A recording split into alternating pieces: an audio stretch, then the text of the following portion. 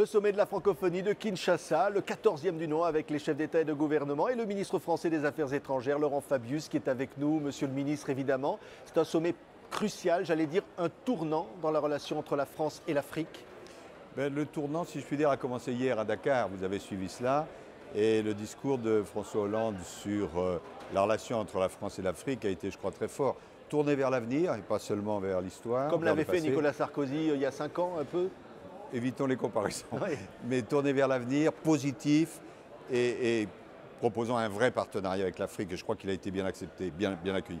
Aujourd'hui, donc, c'est la francophonie. Donc, à la fois, il y a le développement des propositions sur la francophonie, en quoi elle consiste. Ce n'est pas simplement une langue que nous avons en commun, c'est aussi des valeurs. Et parmi ces valeurs, il y a évidemment la démocratie. Et puis, évidemment, les relations avec la RDC, le Congo, et ce qui se passe en RDC. Oui. D'un côté, une affirmation extrêmement claire sur laquelle les attaques qui viennent de l'Est contre la RDC sont inacceptables, ça a été dit, très applaudi. Et de l'autre, l'affirmation qu'on doit avoir des relations économiques et les développer avec la RDC. Et enfin, une affirmation qu'il faut amplifier la démocratie, oui, parce qu'il y a des choses qui ne vont pas encore comme il faut. Il y a eu des progrès timides pour la démocratie ici, insuffisants. Oui. Le procès Chebeya, par exemple, un certain nombre d'arrestations, oui, d'atteintes aux droits de la presse. Il y a eu des choses qui ont été faites. Par exemple, vous avez vu peut-être qu'il y a eu une commission sur les droits de l'homme qui a été prévue. Mais en même temps, ce qui se prépare en matière électorale n'est pas encore clair. Il y a ce procès Chebeya qui doit avoir lieu, mais qui pour l'instant n'a pas eu lieu. Puis d'une manière générale, il y a une pratique démocratique qui doit être renforcée. Nous avons parlé de tout ça avec le président congolais, avec son Premier ministre, avec lequel j'ai déjeuné. Et il vous a dit quoi? Je veux dire, est-ce que François Hollande a été aussi ferme que cela dans la rencontre bilatérale? Est-ce qu'il a pu lui dire les choses franchement? Bien sûr, mais vous savez, dans les rencontres, on se dit les choses. On n'est pas obligé, on ne les dit pas avec agressivité, mais on les dit nettement. Et je pense qu'on est respecté quand on dit les choses nettement. Et en plus, nous sommes amis de la population congolaise. Et quand on est amis, il faut être lucide. Et de même avec le Premier ministre, qui est un homme qui a le goût de la réforme, nous avons parlé d'une façon extrêmement claire. Oui, alors la France-Afrique, c'est fini. Il n'y aura plus de clauses secrètes. Tout ça, c'est un peu, on dit, la presse dit, c'est à chaque fois un peu le même discours, à chaque nouveau président. Écoutez, la France-Afrique, je ne sais pas si c'était le secret, c'était surtout les émissaires, les combinations, peut-être certains aspects financiers qui n'étaient pas très ragoûtants, d'après ce qu'on me dit. Bon, et ça, effectivement, c'est fini. Il y a des manifestations du fait que c'est fini. Il n'y a plus de ministère de la coopération, il y a un ministère de développement qui est placé auprès de moi, c'est un de mes délégués. Et puis, lorsque nous recevons des chefs d'État, de gouvernement, des ministres, nous les voyons directement. Nous n'avons pas besoin d'émissaires et encore moins d'émissaires secrets. C'est une relation transparente, mais il est clair que la France va continuer à être très, comment dire, et même plus qu'avant, partenaire de l'Afrique.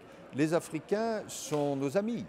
La France a tout à gagner de cette amitié avec l'Afrique, parce que l'Afrique est un continent du futur, à condition qu'on rétablisse la sécurité en Afrique, et en particulier... Ce qui n'est pas le cas, alors ici même, oui, en République démocratique du Congo, mais évidemment au Mali, au nord du Mali. Au Mali, de ce point et de là, vue-là, la résolution des Nations Unies est un change pas, beaucoup de choses, et je crois que le tournant s'est fait à l'Assemblée générale des Nations Unies, qui s'est passée il y a une quinzaine de jours, où plusieurs chefs d'État et de gouvernement, dont François Hollande, sont intervenus avec force. Et beaucoup ont compris à ce moment-là que ce n'est pas une question qui relève uniquement du Mali. C'est vraiment par ce lien qui existe entre le terrorisme, la drogue, des pratiques absolument inacceptables, l'islamisme aussi, amputer le risque des de gens, terrorisme. détruire des mausolées, violer des femmes. Ce n'est pas possible. Et ça menace non seulement le Mali, mais l'ensemble de l'Afrique de l'Ouest et de l'Afrique. Et par contre-coup, l'Europe et la France. Et donc, nous avons pris une position extrêmement claire, et elle est comprise. Et le fait que le Conseil de sécurité, qui en ce moment a beaucoup de mal à se mettre d'accord sur quelque chose, là, s'est mis d'accord à l'unanimité, c'est peut-être le début de la fin. Est-ce que c'est suffisant, la CEDEAO, l'Union africaine, simplement l'aide logistique de la France, sans troupes au sol? Est-ce qu'on va assez loin? On a des otages dont la vie est en danger? Alors, ce sont deux questions différentes. C'est vrai que les otages, nous nous occupons chaque jour et nous pensons à eux, nous pensons à leurs familles, qui sont des familles admirables. Et nous voulons absolument les sortir. Et nous faisons ce qu'il faut faire, tout ce qu'on peut faire, dans la discrétion pour le faire. Maintenant, il est évident, et le président français l'a dit, qu'une politique nationale ou internationale doit être déterminée en fonction de considérations générales. On ne peut pas admettre que se développe, que s'incruste le terrorisme dans ses liens avec la drogue. On ne négociera rien.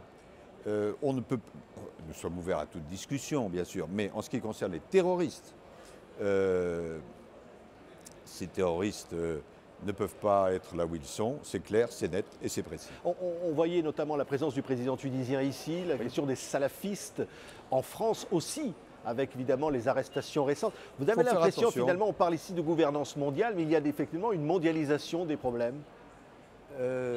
C'est surtout que le terrorisme menace de plus en plus de pays sous des formes différentes. Nous avons parlé du Mali, où AQMI en particulier est présent, et avec beaucoup d'armes, beaucoup d'argent, des liaisons avec la drogue. En France, pour le moment, c'est d'une autre nature, mais les réseaux qu'on a découverts sont des réseaux quand même très inquiétants. Ils s'apprêtaient à commettre d'autres attentats. Avec des ramifications internationales, monsieur le ministre? Nous ne le savons pas encore. En tout cas, certains de ses membres s'apprêtaient à aller en Syrie. Donc, vous voyez, c'est vrai qu'il y a une mondialisation des phénomènes et aussi une mondialisation du terrorisme. Et il faut que nous soyons extrêmement fermes parce qu'il n'y a pas de démocratie sans sécurité. Un mot simplement, et pour revenir à un sujet plus léger, le Québec, vous avez rencontré votre homologue canadien, le Québec est très présent dans la francophonie. Et on va accueillir Mme Marois la semaine prochaine. Pas d'ingérence et pas d'indifférence, c'est le retour à l'ancienne doctrine ou pas, monsieur Fabius? J'ai dit, parce que évidemment les Québécois sont très susceptibles. Hein. Non, mais on les adore, mais les Québécois disent, mais attention, quelle formule, et puis le Canada dit, quelle formule, etc. Donc, nous avons vu les Canadiens et nous leur avons dit, écoutez, nous sommes amis avec vous, mais cette amitié, nous avons une amitié spéciale avec le Québec. Et quand Mme Marois va venir la semaine prochaine, qui va faire une visite extrêmement réussie, on lui a préparé un très bon programme, nous lui dirons, chère Pauline, nous sommes à tes côtés. Oui, mais vous ne critiquez pas l'idée que le Québec puisse devenir souverain. C'est-à-dire que nous n'avons pas à nous ingérer, dans ce qui est décidé par les Québécois et dans les relations entre le Québec et le Canada. Mais en même temps, vous le savez, avec nos amis québécois, c'est une histoire d'amitié, même d'amour. Merci, monsieur le ministre des Affaires étrangères, ici à Kinshasa, ce sommet de la francophonie, d'avoir été l'invité de TV5 Monde. Merci.